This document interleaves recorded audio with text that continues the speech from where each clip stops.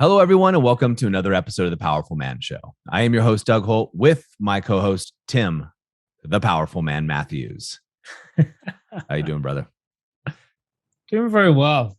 Doing very well indeed. Your beard is looking quite fierce, my friend. You're growing that out. Yeah, well, I decided to grow it, but it just doesn't suit me. I'm going to the barber's tomorrow, so I've left it. I'm letting him do something with it. It just doesn't suit me. So for those guys that don't listen to this podcast regularly, first and foremost, Tim and I are almost like brothers, right? So we, as brothers do, we make fun of each other quite a bit. But last time you went to the barber, you got your eyebrows waxed. No. Different one. Fucking hell. Yeah, the last barber, the one before this one, waxed my eyebrow. Well, not my entire eyebrow. Half of it, pretty much. It took Amelia about a day to recognize. And then she's like, what? I'm like, right, okay, it's obviously not that bad if you didn't even know it. Tim's birthday, we'll see. I sent you that for your birthday, that home eyebrow waxing kit. Yeah. Amelia's been using it. I bet. Awesome. Tim, what do we have on the table for today?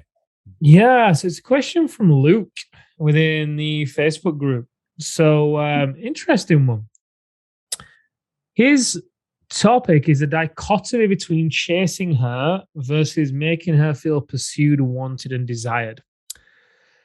Now, as I'm reading this, the thing that comes to my mind here is the energy behind it, right? Because let's say that, make it easy. Let's say that your wife feels appreciated when you buy her gifts, right? So let's say you buy her some flowers. Yeah. Luke, you could buy her some flowers and you could hand the flowers to them and almost have like a puppy dog look in your eyes to see whether or not she likes the flowers and if you get approval from her with the flowers. Or you can buy the flowers and just leave them on the side with a little note next to them, thinking of you or whatever. You could even get the flowers delivered while you're out at work or whatever it is, right? The point I'm making is the act is still the same, but the energy behind it is one of confidence versus insecurity, because the insecurity is in needing the validation, right? The other thing I'd say here as well to look at is, well, one, the flowers is going to make her feel desired, right? But when you then combine that from that place of confidence, almost, Doug's spoken about it before, being detached, right? Engaged indifference. So you give the flowers with an engaged indifference. Not only does that make her feel desired, because, hey, he's thinking of me, I'm important to him, I matter to him, all that fun stuff. That also makes her desire you. So it isn't necessarily a question of you continually making her feel desired, but how do you switch that on its head so that she also desires you? So then there isn't any chasing that's involved. So the first half of this question can then be eradicated, right? Mm-hmm. And instead, you can just find ways to do little things from a position of engaged indifference that make her feel pursued, wanted, desired, which also then, like I said, make her want and desire you too, because there's such a confident energy that goes with it. Love it. Yeah, I think the key, you nailed it. The key here is, the intent behind it, right? When you desire a woman, it's great. But when you rely on that woman's reaction to fill you up, that's where we as men can falter, right? So if I need her to react in a positive way, I have given her all the power. That's chasing, right? She now has the power, the control over me and my emotions, right? Because you've given it to her. But if I choose to desire my wife, let's just say, for example, I'll walk upstairs right now and slap my wife in the ass, right? And just go, that's firm. Or I just do something stupid. I don't know. I say a lot of stupid stuff. But if I do that and I'm waiting for her reaction, she doesn't react, and I get hurt by it, and I go, oh, babe, I'm sorry. Should I not have done that? Oh, geez. Or whatever it may be that I, may have used to do. We'll call him Doug 1.0. Then I've lost. I've given her the power. I've become submissive to her. What I've learned, over time, you do that because I don't know. Maybe my wife just got a horrible news from her mother, right? Or horrible news from a family member. I don't know what happened before that. So I don't know what's going on in her world. So I choose not to use that story. So the same thing. If I slap my wife in the ass, she doesn't react, I can just walk away, right? Because I'm indifferent to her reaction. Because I'm doing it because I desire her. And I'm showcasing it in that example. And the same thing with you, Tim. When I buy my wife flowers, I don't just do it, I do it without expecting something in return, right? Women can tell if you're expecting something. Are you buying flowers because you're expecting to get laid that night or whatever? That's what's going through your head. But you actually buy flowers for your wife, just using this analogy again, with the pure intent of just providing her with something beautiful for the home to cheer her up or whatever it may be. Not to cheer her up, but whatever it may be, just buying them without major intent, then she's going to recognize that. That's selfless. That's love, right? Otherwise, you're doing what's called horse trading, right? You're just trading things. If I buy you flowers, then you will desire me. No, that's not the way love works, guys. And it's hard it's the way the transactional world works.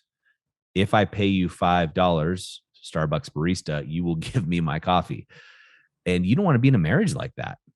That's a level 2 marriage. And you don't want that. What you want is where each of you are showing up to the marriage, serving each other at your ultimate best. It's unconditional love, pretty much, right? And that's what you want to look here. So when you practice what we call engaged indifference at the Powerful Man, where you're engaged in the activity that you're in, you're indifferent of the outcome. Again, I'll use the analogy, desire. I desire my wife. I come, put my arms behind her, grab her, whisper in her ear or something. And maybe she doesn't react the way I want to, right? I don't go into deer mode. I don't defend. I don't explain. I don't excuse, and I don't react. I might just make a joke of it and laugh and walk away. If I sense there's something wrong with her, because I love her, I may ask her, hey, what's going on? I know something's different. That's different than being needy. I'm just being supportive at that point. And it is a fine line to walk, especially when you're first doing this. And that's why the activation method's 8 weeks in length, because you want to make sure you have that coaching to help you through this process. But once you do that, it's totally different. And look, guys, it's not your fault. Like when you look at society and almost all relationships in society are level 1 or level 2, which is not what you want to be, right? Either one, the person is completely using the other person, or level 2, we're looking at it where, it's just, if you do this, I'll do that, right? If you get me a beer, then I'll do the dishes or whatever it may be. And you don't want to be in any of those situations, guys. It doesn't serve you as a man to your highest level, and it doesn't serve your wife as a woman to her highest level. No, no. I think you nailed it with the place that it comes from. You can't fake it, can you? No. No, you can't fake it. It comes from this is why one of the first things we give the men is a live as a king system, because by default, it starts to create a lot of fullness. It's good. Mm-hmm. One of the guys who posted in Workplace yesterday, Derek, I think it was, he's an amazing guy, is Derek. And anyway, I don't know if you saw his post talking about how he'd taken himself on a date. Yeah, I did. That was awesome. Yeah, amazing. And obviously, you saw how his wife reacted. His wife started to get a lot of intrigue, a lot of mystery, and she was basically starting to chase him around the house to find out when he was going to be back, who was he going with. And the way he reacted in the story was perfect. Yeah. So, guys, let me set the scene. I know we only have a couple minutes here, Tim, but let me set the scene a little bit because this is so great that you brought this up. Is he basically decides to take himself out on a date, and his wife, of course, is like, well, who are you going with? Going with me. Why'd you look so good? Yeah, I'm going on a date. He responds, right? When are you going to be home?